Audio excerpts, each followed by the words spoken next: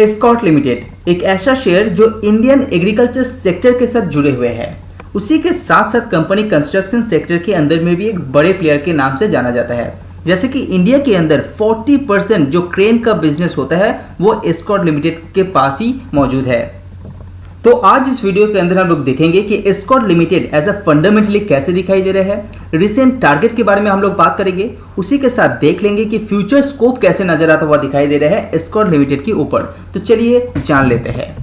तो सबसे पहले जान लेते हैं कि एस्कॉर्ट लिमिटेड का बिजनेस के बारे में। जैसे कि आप स्क्रीन में देख पा रहे हैं, एस्कॉर्ट एग्री मशीनरीज के अंदर 81% का यहाँ पे कामकाज करते हैं, जिसके अंदर कंपनी ट्रैक्टर मैन्युफैक्चर करते हैं। दूसरा सेगमेंट जो आप देख पा रहे हैं कंस्ट्रक्शन इक्विपमेंट का, जहां पे 11% का कामकाज यहां पे होता है, और रेलवेज इक्विपमेंट के अंदर 6.8%। जब बात आता है कंपनी का रेवेन्यू का, तो फाइनेंशियल ईयर 2021 में कंपनी ने करीब करीब 7083 करोड़ का रेवेन्यू अर्न किया है, और बीते हुए 6 महीने के अंदर कंपनी यहाँ पे 3333 करोड़ का रेवेन्यू जनरेट किया है। लेकिन यहाँ पे देखने वाली चीज एक है कि जो एग्री मशीनरीज का बिजनेस है, जहाँ पे ट्रैक्टर का बिजनेस संभालते हैं, वहाँ पे कंपनी अभी भी थोड़ा सा प्रेशर में बनते हुए दिखाई दे रहे हैं। लेकिन जब आप कंस्ट्रक्शन एंड रेलवे की काम देखेंगे तो वहाँ पे कंपनी अच्छा खासा रेवेन्यू जनरेट करके ऑलरेडी दे चुका है। स्पेशली आप रेलवेज की बात करें तो वहां पे बहुत बढ़िया ग्रोथ आप यहां पे देख पाएंगे, जो बीते हुए 6 महीने के अंदर करीब करीब 290 करोड़ का रेवेन्यू जनरेट करके दिया है। लेकिन एक बात आपको ध्यान में रखना चाहिए, इसका ज्यादातर जो मेन बिजनेस है वो है यहाँ पे ट्रैक्टर बिजनेस, जहाँ पे करीब करीब 80% का कामकाज यहाँ पे देखते हैं। एस्कॉर्ट लिमिटेड का मैन्युफैक्चर फैसिलिटीज के ऊपर नजर डालते हैं तो यहाँ पे जो ट्रैक्टर मैन्युफैक्चर है, यहाँ पे 3 प्लांट के अंदर होता है। पहले के अंदर करीब करीब 1,20,000 यूनिट पर ईयर का कैपेसिटी यहाँ पे मौजूद है, दूसरे में 2,500 और तीसरे में 50,000 यूनिट का कैपेसिटी मौजूद है। और जब आप देखते हैं कंस्ट्रक्शन के अंदर, तो वहाँ पे 10,000 unit per year capacity company के पास मौजूद है। इंडिया के अंदर डोमेस्टिक ट्रैक्टर इंडस्ट्री की बात करें तो यहाँ पे 10% CAGR की दौर से ये ग्रो कर रहे हैं, और ऐसा अंदाजा लगाया जा रहा है कि आगे भी ये ग्रो जारी रहेगा।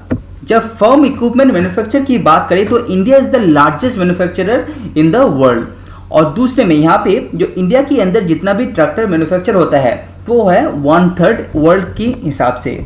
अभी इसको आप टोटली देखेंगे तो फाइनेंशियल ईयर 2021 तक जो कैपेसिटी यहाँ पे सेल हुआ है 0.9 मिलियन यूनिट्स। अभी ये पहुंचने वाला है 1.2 से लेकर 1.5 मिलियन यूनिट्स तक पहुंचने वाला है करीब करीब 2030 तक, ऐसा अंदाजा लगाया जा रहा है। उसी के साथ और एक भी यहाँ पे देखने वाली चीज है कि 4 से 6 साल के अंदर यहाँ पे दोबारा ट्रैक्टर का डिमांड बढ़ जाता है, जो ट्रैक्टर एक्सचेंज के नाम से जाना जाता है। तो रिसेंट कंडीशन में एस्कॉर्ट लिमिटेड के पास करीब 1100 से भी डीलर नेटवर्क मौजूद है।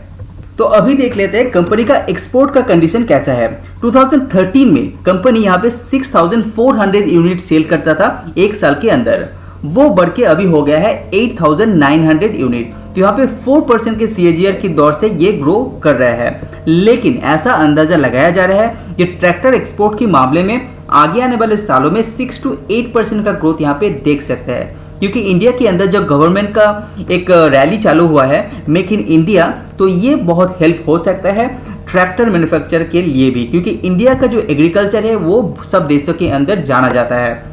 तो 6 to 8% का एक्सपोर्ट आप ऐसा ग्रोथ एक्सपेक्ट कर सकते हैं। एस्कॉर्ट लिमिटेड का ट्रैक्टर सेल का टोटल यूनिट के ऊपर अब नजर डालते हैं। 2016 में कंपनी 51,455 यूनिट का सेल यहाँ पे किया था, वो बढ़ के 5 साल के अंदर ये पहुंच गया है 1,06,741। तो करीब करीब यहाँ पे 5 साल के अंदर डबल हो गया है, और रिसेंट 6 महीने के अंदर 47,000 यूनिट का ट्रैक्टर सेल कंपनी ने यहाँ पे करके दिया है। उसी के साथ साथ आप देखने वाली चीज और एक भी है, यहाँ पे जो EBITDA मार्जिन है यहाँ पे कंपनी का थोड़ा सा यहाँ पे गिरते हुए दिखाई दे रहा है। इसीलिए जो ट्रैक्टर मैन्युफैक्चर यूनिट के अंदर यहाँ पे थोड़ा सा प्रेशर में रहते हुए कंपनी अभी रिसेंट कंडीशन में दिखाई दे रहा है। वीडियो पसंद आए तो लाइक जरूर कीजिए। तो इसी के साथ साथ यहाँ पे 2 पॉजिटिव न्यूज और 2 नेगेटिव न्यूज कंपनी के ऊपर दिखाई दे रहा है। तो जैसे में कि मैंने पहले भी कह चुका हूँ कि एक्सपोर्ट के मामले में कंपनी यहाँ पे अच्छा खासा ग्रोथ एक्सपेक्ट कर रहा है, तो एक्सपोर्ट एक अच्छा न्यूज हो सकता है कंपनी के लिए। उसी के साथ कंपनी के जो पेनिट्रेशन है साउथ एंड वेस्ट में, वहाँ पे कंपनी ज़्यादा से ज़्यादा सेल करने की कोशिश कर रहा है। और दो नेगेटिव बातें यह है कि रॉ मटेरियल्स का प्राइस यहाँ पे इंप्रूव हो रहा है, तो वो एक कंपनी के लिए नेगेटिव न्यूज़ है। उसी के साथ साथ कंपनी का मैन पावर का कॉस्ट भी इंक्रीज होते हुए दिखाई दे रहे हैं। एस्कॉर्ट लिमिटेड का जो दूसरा सेगमेंट है वो है कंस्ट्रक्शन इक्विपमेंट सेगमेंट, जहां पे आप यहाँ पे स्क्रीन में देख पा रहे हैं कौन कौन सा आइटम कंपनी के पास मौजूद है, कितना परसेंट के हिसाब से आप देख पा रहे हैं। जैसे कि मैंने पहले ही कह चुका हूं कि 40% इंडिया का क्रेन मैन्युफैक्चर आप एस्कॉर्ट लिमिटेड अकेला खुद करते हैं। एस्कॉर्ट लिमिटेड का कंस्ट्रक्शन सेगमेंट की आप नजर रखते हैं तो आपको दिखेगा 2016 में कंपनी यहाँ पे 2555 यूनिट का ही सेल किया था। 2019 आते आते यहाँ पे अच्छा खासा ग्रोथ कंपनी ने दिखाया था, लेकिन 2020-21 में फिर से कंपनी के ऊपर प्रेशर बनते हुए दिखाई दे रहा है। लेकिन कंपनी का कुछ प्लान यहाँ पे दिखाया है जिसके चलते आगे आने वाले दिनों में कंपनी कंस्ट्रक्शन सेगमेंट के अंदर अच्छा खासा ग्रोथ दिखा सकता है। जैसे कि cost reduction, material cost company यहाँ पे कंट्रोल में लाने की कोशिश कर रहे हैं। उसी के साथ एक्सपोर्ट के ऊपर कंपनी जोर दे रहे हैं and as well as dealership का जो आउटलेट है वो लगातार कंपनी इंक्रीज करने का कोशिश कर रहा है, तो वहाँ पे एक्सपेंशन यहाँ पे जारी है। तो इंडियन गवर्नमेंट का ऐसा प्लान है कि आगे आने वाले 30 साल के अंदर करीब करीब 100 लाख करोड़ इन्वेस्ट करने वाला है इंडियन इंफ्रास्ट्रक्चर के ऊपर। तो इसी के चलते एस्कॉर्ट लिमिटेड जैसे कंपनी को इसका जरूर फायदा मिलना चाहिए, क्योंकि एस्कॉर्ट लिमिटेड पहले से ही गवर्नमेंट का बहुत सारा कॉन्ट्रैक्ट मिलते हुए दिखाई दिए है, तो आगे भी मिलेगा ऐसा अंदाजा लगाया जा रहा है। तो अभी देख लेते हैं कि कंपनी का रेलवे डिवीजन कैसे कामकाज कर रहा है। 2016 की बात करें, 2016 में कंपनी 227 करोड़ का रेवेन्यू अर्न करता था, वो 2021 आते आते पहुंच गया है 479 करोड़ और बीते हुए 6 महीने के अंदर करीब करीब यहाँ पे 290 करोड़ का रेवेन्यू ऑलरेडी अर्न कर चुका है। तो आगे आने वाले समय में यहाँ पे अच्छा खासा ग्रोथ यहाँ पे रेलवे सेगमेंट के अंदर भी कंपनी दिखा सकते हैं। तो रेलवे सेगमेंट के अंदर एस्कॉर्ट लिमिटेड का कुछ पॉजिटिव बातें भी आप यहाँ पे देख पा रहे हैं, जैसे कि कंपनी के पास स्ट्रॉन्ग R&D फैसिलिटीज भी मौजूद है, तो इसका फायदा भी कंपनी लेगा। उसी के साथ कंपनी बहुत सारा नया जो प्रोडक्ट है वो भी लॉन्च करता रहता है, क्योंकि आपको पता है रेलवेज भी मॉडिफाइज हो रहे हैं, तो वहाँ पे नया नया प्रोडक्ट भी डिमांड बढ़ते हैं, तो उसका रिसर्च करने के बाद उसका नया नया प्रोडक्ट भी लॉन्च करते हैं, उसी हिसाब से कंपनी उसको सप्लाई भी करते हैं। तो आप अभी एस्कॉर्ट लिमिटेड का ओवरऑल फाइनेंशियल हालत की बात करें तो रेवेन्यू की बात करें स्पेशली यहाँ पे, तो फाइनेंशियल ईयर 2016 में कंपनी रेवेन्यू अर्न करता था 3439 करोड़ का, तो ऑलमोस्ट डबल यहाँ पे होते हुए दिखाई दे रहा है। फाइनेंशियल ईयर 2021 में करीब 6929 करोड़ का यहाँ पे कंपनी ने रेवेन्यू अर्न किया है और बीते हुए 6 महीने के अंदर आप यहाँ पे स्क्रीन में देख पा रहे हैं। लेकिन इसके अंदर देखने वाली चीज एक है, क्योंकि ईबीटा जो मार्जिन है वो गिरते हुए आपको दिखाई दे रहा है। 2016 से 2021 तक कंपनी यहाँ पे ईबीटा मार्जिन को अच्छी तरह से ग्रो कर चुके हैं, लेकिन बीते हुए 6 महीने के अंदर कंपनी का ईबीटा मार्जिन के ऊपर अच्छा खासा प्रेशर बनते हुए दिखाई दे रहा है। उसी के साथ प्रॉफिट आफ्टर टैक्स की बात करें, जो नेट प्रॉफिट, वहां पे भी मार्जिन थोड़ा सा डिग्रोथ में जाते हुए आपको दिखाई दे रहा है। तो ऐसा आप एक्सपेक्ट कर सकते हैं कि थोड़ा सा यहाँ पे इंप्रूव आपको दिखाई दे सकते हैं।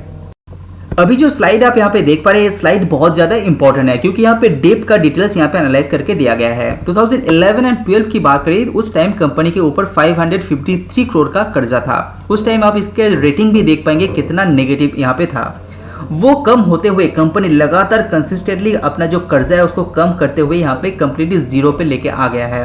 उसी के साथ साथ कंपनी का जो रेटिंग है वो भी इंप्रूव होते हुए आपको दिखाई दे रहा है। तो लेटेस्ट रेटिंग के अनुसार यहाँ पे AA का रेटिंग यहाँ पे दिखाई दे रहा है, जो बहुत ही ज्यादा पॉजिटिव है एस्कॉर्ट लिमिटेड के लिए।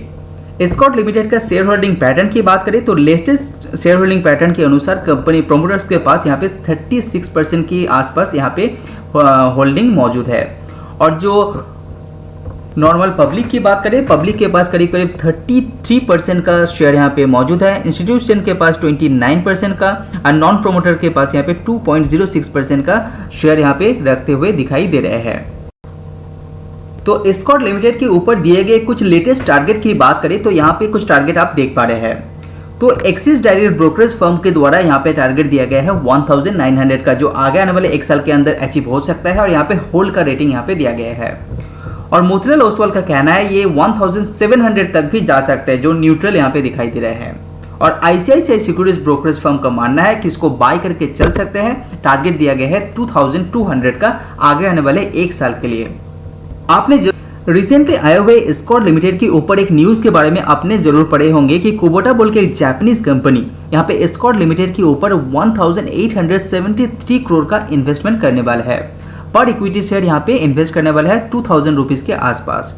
और कंपनी यहाँ पे कुबोटा कंपनी करीब करीब अप टू 26% का इक्विटी यहाँ पे होल्ड कर सकते हैं, ऐसा ये एक्सपेक्टेशन कर रहा है। तो इसके साथ साथ कंपनी एक ओपन ऑफर भी ला सकता है, पब्लिक ऑफर के द्वारा ये कंपनी अपना शेयर खरीदेगा। और एस्कॉर्ट लिमिटेड का प्रोमोटर्स भी इसके साथ सहमत दिखाई दे रहे हैं। ये बात तो आपको जरूर पता होगा कि जापान एक ग्रोथ कंट्री है और इंडिया एक ग्रोइंग कंट्री है, तो इसीलिए जापान के अंदर उतना ज़्यादा ग्रोथ अभी जारी नहीं हो सकता है जो इंडिया के अंदर हो सकते हैं। तो फ्यूचर डिमांड को देखते हुए जापानीज कंपनी इंडियन कंपनी के ऊपर ज़्यादा निवेश करते हुए दिखाई दे रहे हैं। तो ये न्यूज़ है इंडियन सेक्टर के लिए, साथ साथ यहाँ पे एस्कॉर्ट लिमिटेड के लिए भी एक बहुत बढ़िया न्यूज़ है। इसी के लिए आप जो एस्कॉर्ट लिमिटेड का शेयर है उसके ऊपर आप अच्छा खासा ग्रोथ कुछ बीते हुए कुछ दिनों के अंदर आपने देखे होंगे।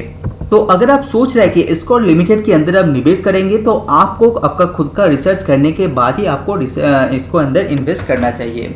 तो अभी आप इसको अंदर लेने के बारे में सोच रहे हैं तो थोड़ा सा वैल्यूएशन को ध्यान में रखते हुए आपको लेना चाहिए, क्योंकि वैल्यूएशन वाइज कंपनी थोड़ा सा महंगा दिखाई दे रहा है। तो अगर आपको इन्वेस्ट करना है तो थोड़ा सा वेट कीजिए, उसके बाद जब वैल्यूएशन अट्रैक्टिव लगे तब आप इसके अंदर निवेश कर सकते हैं।